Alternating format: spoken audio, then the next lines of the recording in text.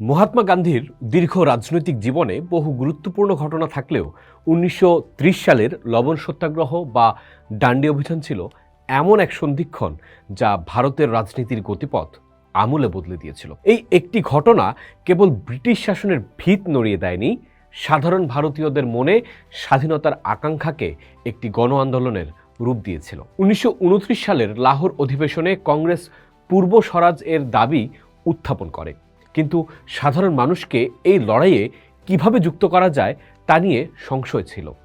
গান্ধীজি এমন একটি বিষয় খুঁজছিলেন যা ধনী দরিদ্র হিন্দু মুসলিম নির্বিশেষে সবাইকে ঐক্যবদ্ধ করবে। তিনি বেছে নিলেন লবণ। ১৯৮২ সালের ব্রিটিশ লবণ আইন অনুযায়ী ভারতীয়দের লবণ তৈরি বা বিক্রির ওপর নিষেধাজ্ঞা ছিল এবং এর ওপর চড়া কর আরোপ করা হয়েছিল।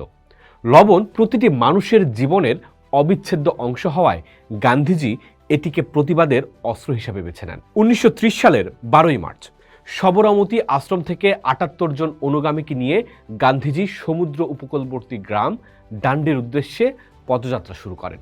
প্রায় ২৪১ মাইলের এই যাত্রাপথে হাজার হাজার মানুষ তার সাথে যোগ দেন। ২৪ দিন পর ৬ এপ্রিল ডান্ডি পৌঁছে তিনি একমুঠো বালু মিশ্রিত লবণ তুলে নিয়ে প্রতীকীভাবে ব্রিটিশদের আইন ভঙ্গ করেন।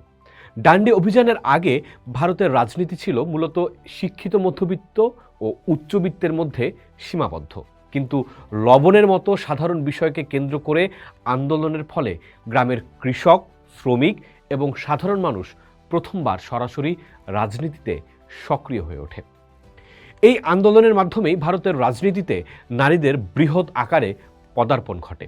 সরোজিনী নাইডু, কমলা দেবী চট্টোপাধ্যায়ের মতো নেত্রীরা রাজপথে নেমে আসেন, যা ভারতীয় সমাজ ও রাজনীতিতে নারীর অবস্থান বদলে দেয়। মার্কিন সংবাদ মাধ্যম টাইমস সহ আন্তর্জাতিক নানা মাধ্যমে এই খবর ছড়িয়ে পড়ে। ব্রিটিশ পুলিশের লাঠিচার্জের মুখে সত্যাগ্রহীদের অহিংস প্রতিরোধ বিশ্বজুড়ে ব্রিটিশ শাসনের নৈতিক ভিত্তিকে প্রশ্নবিদ্ধ করে। জন মিলারের মতো বিদেশি সাংবাদিকেরা ধরসানা লবণ কারখানায় ব্রিটিশদের বর্বরোচিত অত্যাচারের বর্ণনা বিশ্ববাসীর সামনে তুলে ধরেন। ডান্ডি অভিযানের পর পুরো দেশে আইন অমান্য আন্দোলন ছড়িয়ে পড়ে।